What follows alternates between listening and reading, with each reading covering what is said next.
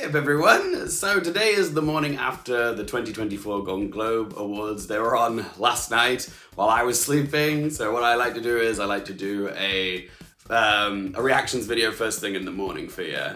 So I'm just going to go through all the winners on Variety and react to them and discuss them for you guys. Who were the surprises?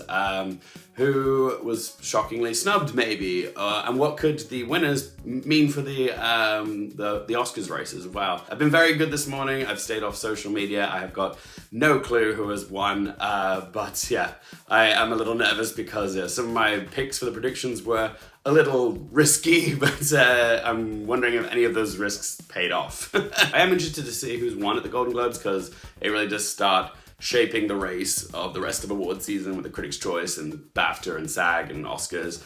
So yeah, this is the real first, big award, to see who is potentially in the running.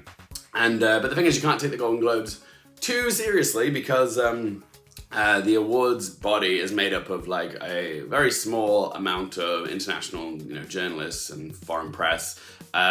Compared that to the Academy, which is made up of over 9,000 people. So yeah, it's a very small fraction of what the Academy is made up of, and also journalists and critics tend to have different tastes to industry as well. So you can't always say, oh well, this person won here, they're going to win the Oscar. It doesn't always work like that. Just look at last year, okay? A lot of the winners last year didn't match up at the Oscars.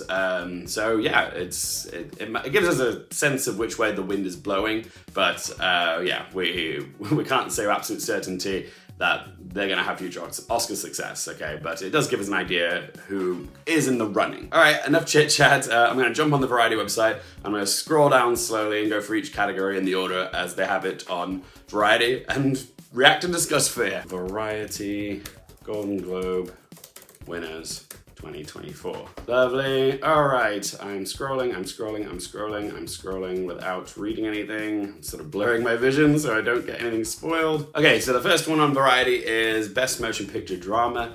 I put Killers of the Flower Moon. There's a strong chance it could be Oppenheimer.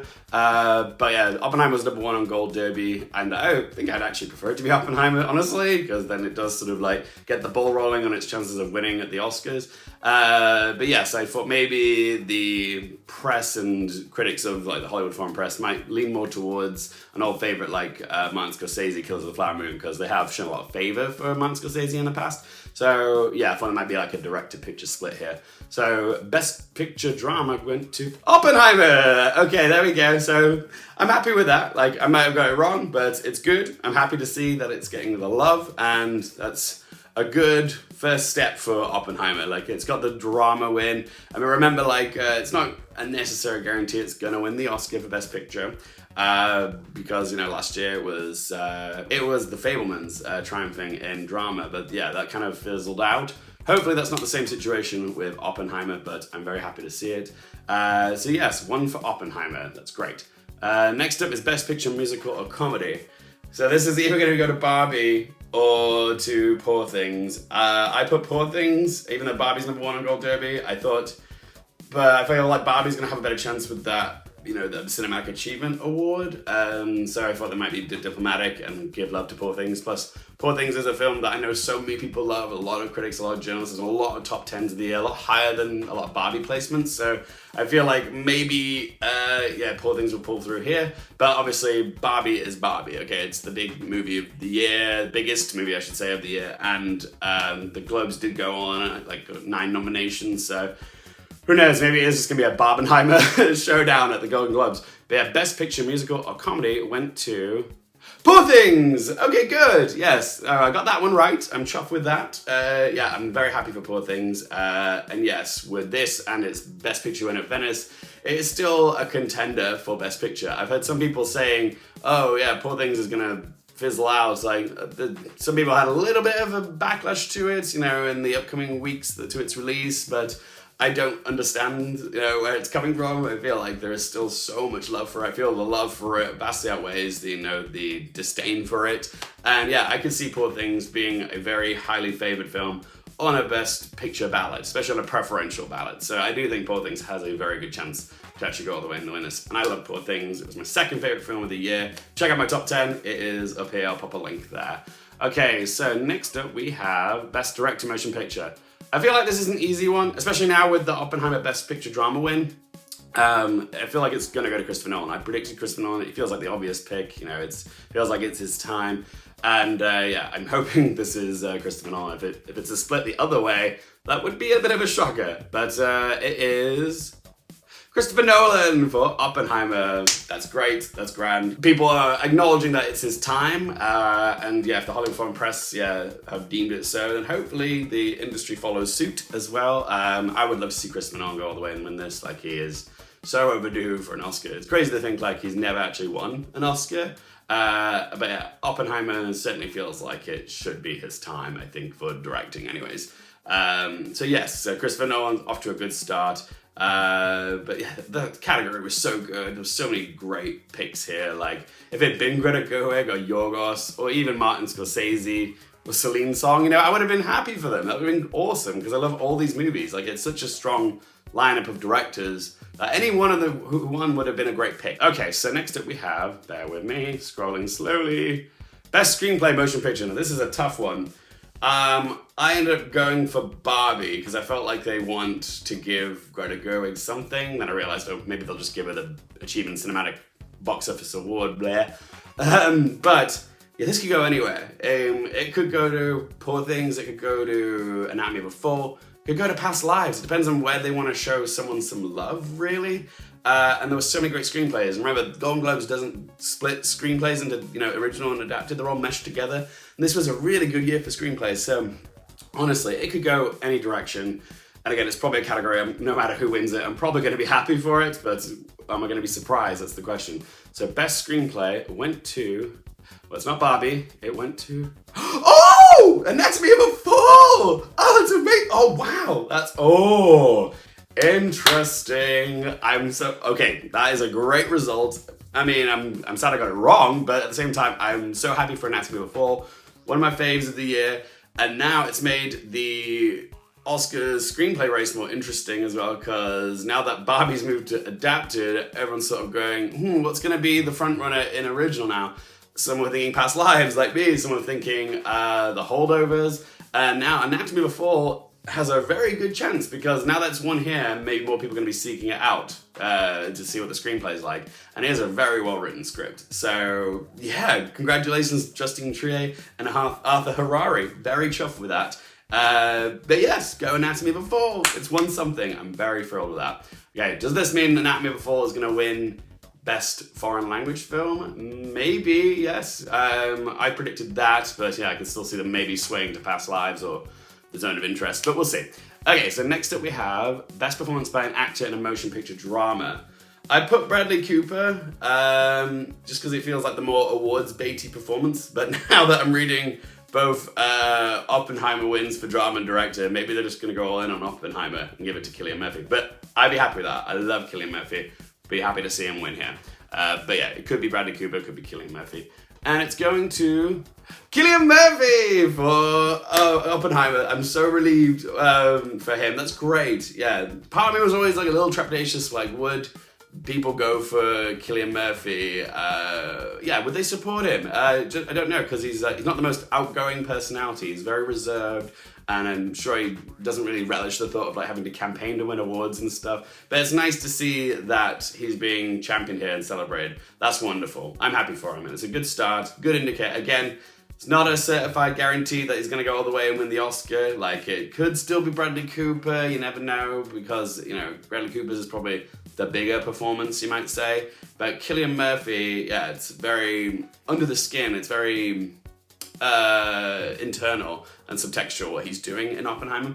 And I love that about his performance in Oppenheimer. So congratulations to him.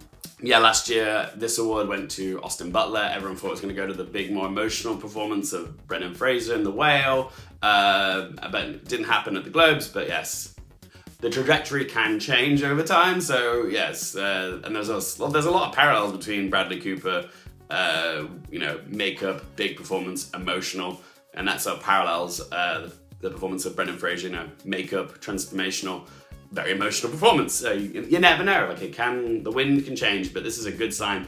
Well, Cillian Murphy's just off to a good start. Let's just say that. So, congrats to Cillian Murphy. All right, lovely. Next up, we have best performance by an actress in a motion picture drama. So this is probably going to go to Lily Gladstone for Killers of the Flower Moon. She's just been on a hot streak recently. I put Sandra Hüller because I just want to see her win something. And maybe she could, like, it won Screenplay here, so maybe she could surprise here, but I feel like it's probably going to go to Lily Gladstone. They're going to want to give Killers of the Flower Moon something, and because it's not one drama or a screenplay, Gladstone probably makes the most sense. So, yeah, I feel like it's probably going to go to Lily Gladstone, but if it's Sandra Hüller, I would be relieved.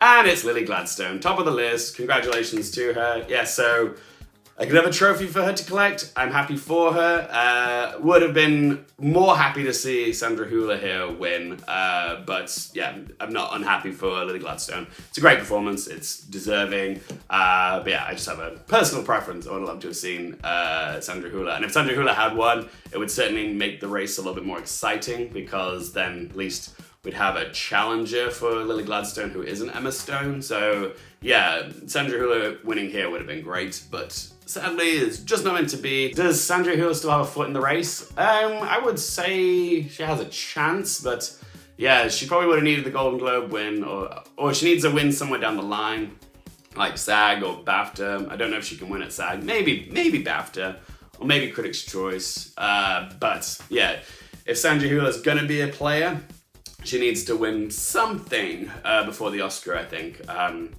Yeah, it went to Lily Gladstone, much deserved, and now she's definitely staked her claim as a real front runner now.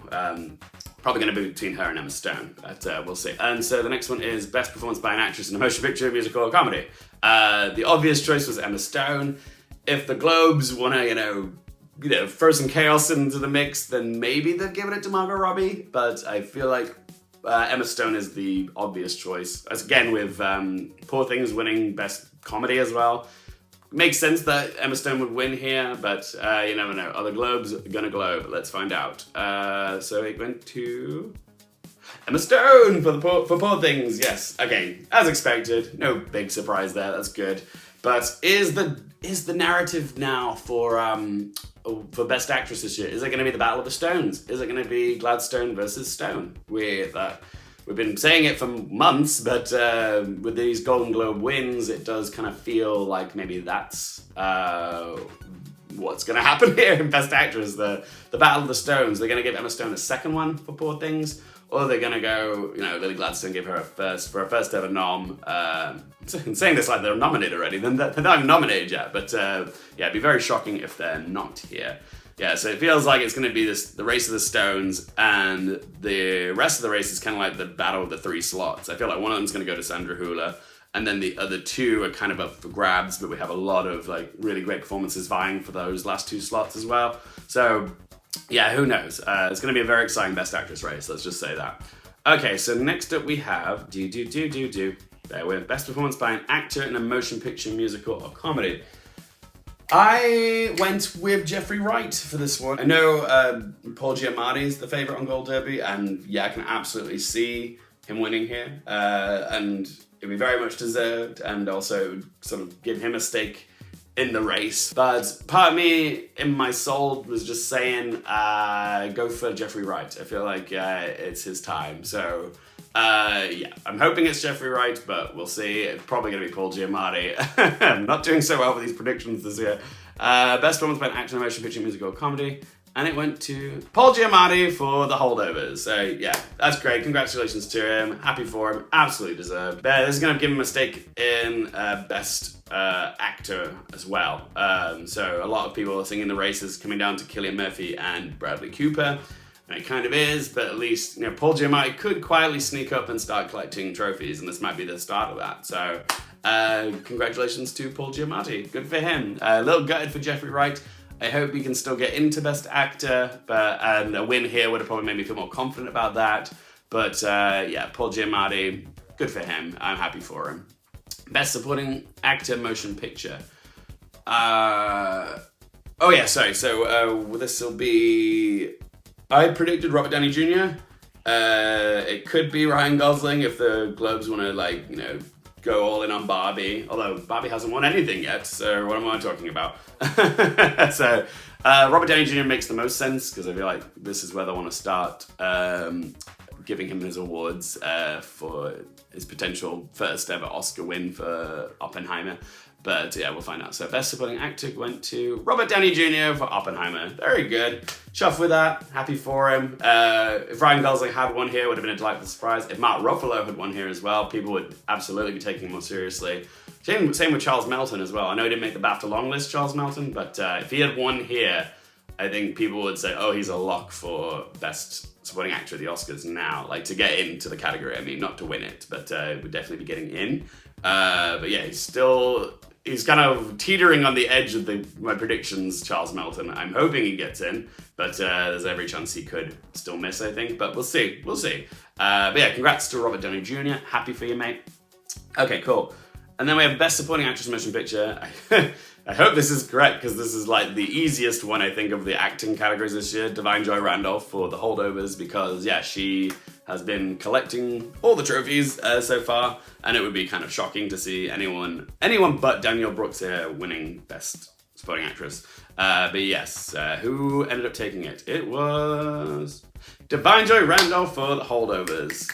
Chuffed for her, happy for her. Yeah, not a surprise at all. Like, that's the one that, I mean, probably everybody predicted, because it just felt like a safe, sensible prediction. But yeah, I feel like now the easiest of the 4 acting categories to call is this one, Best Supporting Actress. Last year it was a totally different story. Everyone was umming and ahhing between, you know, Angela Bassett and Kerry Condon and Jamie Lee Curtis, who eventually won it. But this feels like it's crystallizing as an assured prediction now. It feels like this is becoming Divine Joy Randolph's to lose.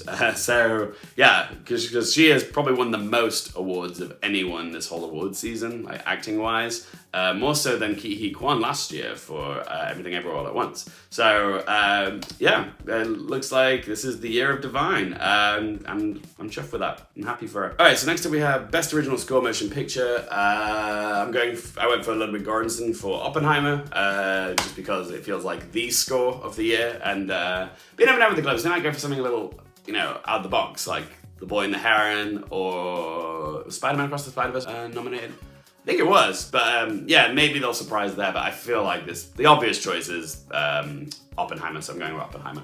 And the winner is, right at the top, it's Oppenheimer. Fantastic. Yeah, much deserved. Happy for him. Makes sense. Let's move on. Next up we have Best Picture Non-English Language. So I'm hoping it's Anatomy of a Fall. It could be Past Lives or Zone of Interest if they want to spread the love around. I predicted Anatomy of a Fall. But yeah, let's find out now, shall we? And the winner was Anatomy of a Fall, right at the top. There we go, that's good. Okay, this is good. And again, with these sort of wins, I feel like this is really a win for screenplay and a win for best non-English language film. Really makes me feel assured that Anatomy of a Fall is a lock for the Best Picture 10 lineup. Legit. Like, I think it is getting in. I know there's a lot of love for the Zone of Interest, but I think Anatomy of a Fall is just more of a crowd pleaser film. Like, I cannot use the word crowd pleaser for Zone of Interest. It's a difficult film to sit through, but you're impacted by it. But I think, Anatomy of a Fall is a little bit more palatable for the average person, which is why, you know, they're enjoying it a little bit more than the Zone of Interest. So yes, I'm happy that Anatomy of a Fall won here. So that means there's no wins for Past Lives. Yeah, no wins at all, which is a shame. But yeah, I still think Past Lives has a good shot of getting into Best Picture as well. I think it's pretty much a lock anyways. Anyway, moving on to have Best Original Song. Okay, so the number one on Gold Derby is Billie Eilish for Barbie, What Was I Made For? Number 2 was I'm Just Ken. I went with I'm Just Ken, and I just really wanted to be I'm Just Ken. I don't know why I'm taking so much like emotional investment in it being I'm Just Ken. Like, I really, really want it to be this over Billie Eilish, because I think my mentality is Billie Eilish has already won. I want to see a fun, campy, you know, musical number like I'm Just Ken win, okay? So yes, it's gonna be a Barbie song regardless. So I want it to be the more fun one than the tender, sweet, emotional moment of the movie. I want the fun bit. So yeah. Anyway, best original song went to... What was I made for? Oh, okay. It's gone to Billie Eilish and Phineas. Okay, yeah. Damn it. God, that's the one I really wanted to see happen, and I was sure it was gonna happen. Oh, but it did not. Sadly not. Can it still win the Oscar though? Don't know.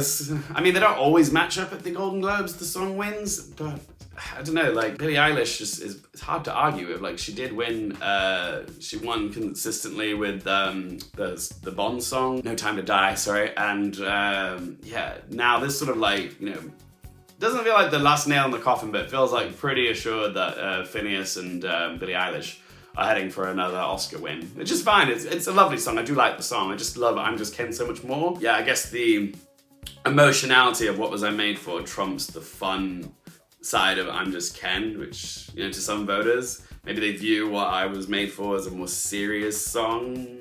But why does everything have to be so serious? Can't we just like enjoy a silly number like I'm Just Ken or Peaches? Yeah, no, that would have been a wacky surprise if it had been Peaches. But yeah, I'm Just Ken would, it was just such a moment in pop culture, and yeah, I just wanted to see it win here. I do think it still has a chance for the Oscar, but yeah, I'm less sure of it now, which is the sad thing. So yeah, congratulations though to Billie Eilish and Phineas. It's still a great song and a deserved win. I'm just a little gutted that it didn't go. I'm Just Ken. All right, I've said my piece. Best motion picture animated. So I predicted Spider-Man Across the Spider-Verse. Could be The Boy and the Heron. Yeah, because supposedly it's like his last film. You know, maybe the Holland Foreign Press Association would like to honor that. But yeah, I put Spider-Man Across the Spider-Verse because it was like the big animated film of the year. Like everyone was like talking about it for a while, so it felt like it made a bigger impact. But we shall see. And best motion picture went to The Boy and the Heron. There you go. God, I have not done well with my predictions this year, but it's alright. Yeah, I mean, congratulations. It's a lovely movie. It wasn't my personal favorite of the year, or even of his collection, but I am happy for it. It's a nice film, and yeah, it's a nice win. Anyways, I still think Spider-Man Across the Spider-Verse has a good chance to win the Oscar as well. But yeah, I guess it does make sense why press and critics might gravitate more towards The Boy and the Heron over Spider-Man Across the Spider-Verse in its original film, as opposed to it being a sequel. There it is. Cool. Okay. Not yet, no. Oh dear. Whoopsie doodle. These must have fallen off when I went to go get the shopping delivery. I think that goes there. Yeah, my set is just falling apart. And now we're at the last award, I believe, Cinematic and Box Office Achievement Award, or as I've been calling it, the Barbie Award. Some people saying it might go to Taylor Swift, you know, as a gag. And now, like, part of me is thinking, could they go to Oppenheimer? Like, they really loved Oppenheimer. It's won a lot of awards here, so maybe they want to cap it off with the Cinematic and Box Office Achievement Award, which just feels like a nonsensical award in my eyes, but it went to Barbie, top of the list. Yeah, I mean, I am not surprised, but part of me was expecting a surprise there, but at least Barbie has gone home with Song and Box Office Achievement Award, which doesn't even really feel like a real win, but good for it. But yeah, Oppenheimer came out on top this year. It won for Supporting Actor, Best Film Drama, Best Director, Score. So yeah, is that 5? Am I missing anything? Like, that's an incredible haul for Oppenheimer. So congratulations to Christopher Nolan and the rest of the Oppenheimer team. Great indication for Cillian Murphy and Robert Downey Jr. Maybe winning Best Actor and Best Supporting Actor at the Oscars. Happy with that. No surprise really, Divine Joy Randolph. Yeah, she feels like the most safest acting prediction at the moment to me. And we also have the 2 Stones now. Gladstone and Emma Stone both winning. Yeah, it feels like it's probably going to be their race for the Oscar, but we'll see. But yeah, I didn't do all that great this year with my predictions. The issue for me was I didn't have a lot of time to actually go through them. If you watch my predictions video, it was very slapdash. I literally only had like a day to shoot it and get it up. So I was just literally flicking through the predictions as quickly as possible, not really giving it too much thought. And instead, yeah, Turns out, yeah, I'm better at like analyzing than just guessing like on the fly. I'm better at like analyzing because I feel like some of those predictions I may have altered if I had a little more thought, put a little more thought into them. So yeah, not my best year. It was a good year for predicting the Golden Globes, like the nominations, but not a great year for me predicting the eventual winners. But hey, still pretty happy. Like 5 wins for Oppenheimer, that's great. 2 wins for Barbie as well. Kind of, in a way, it is the Barbenheimer year, still. Not too many shockers, to be honest. I was hoping for more surprises, but I'm glad Anatomy of a Fall won Screenplay. That was probably my most delightful surprise. But yeah, how did you guys do with your Golden Globe predictions? Are you happy with the winners? And what do you think this means for the Oscars race? What do we have to say? Do let me know in that comment section down below. If you guys have enjoyed this video, hit that little thumbs up button. I am doing some more award season content as well this week, so I've got a SAG nominations prediction vid coming up, and I'm hoping to do another full Oscar nomination predictions video as well, a bit more of a deep dive. So yeah, if you don't want to miss that, yeah, click subscribe, and yeah, as always guys, thank you so much for watching. For more things related to movies, TV, the Oscars, and popcorn culture, I'm Luke Hearfield, and I'll see you next time.